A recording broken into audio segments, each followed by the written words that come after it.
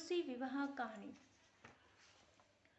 जालंधर नावाचा एक पराक्रमी राक्षस होता। त्याचे लग्न वृंदा नावाच्या मुलीशी झाले होते। वृंदा ही भगवान विष्णूची निस्सीम भक्त होती।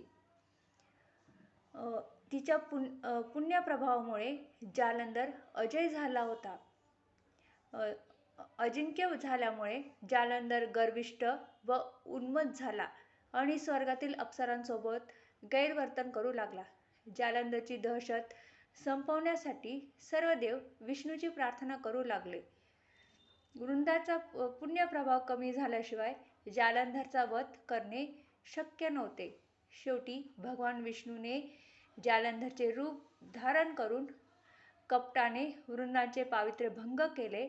यामुळे जालंधरची शक्ती कमकुवत झाली आणि तो युद्धात मारला गेला। वृंदाला जेव्हा भगवान विष्णूच्या कपटाची कल्पना कळाली तेव्हा तिने भगवान विष्णूंना दगड होण्याचा शाप दिला।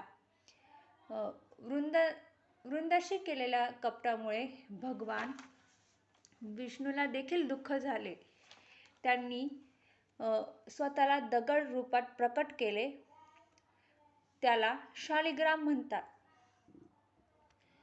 त्यानंतर वृंदा जालंधरसह सती झाली।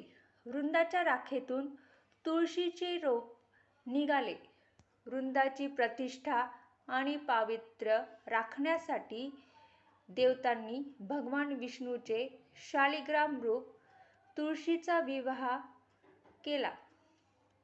ही घटना लक्षात ठेवण्यासाठी दरवर्षी कार्तिक शुक्ल एकादशीला म्हणजेच देव प्रबोधिनी एकादशीला तुळशीचा विवाह शालिग्राम सोबत केला जातो।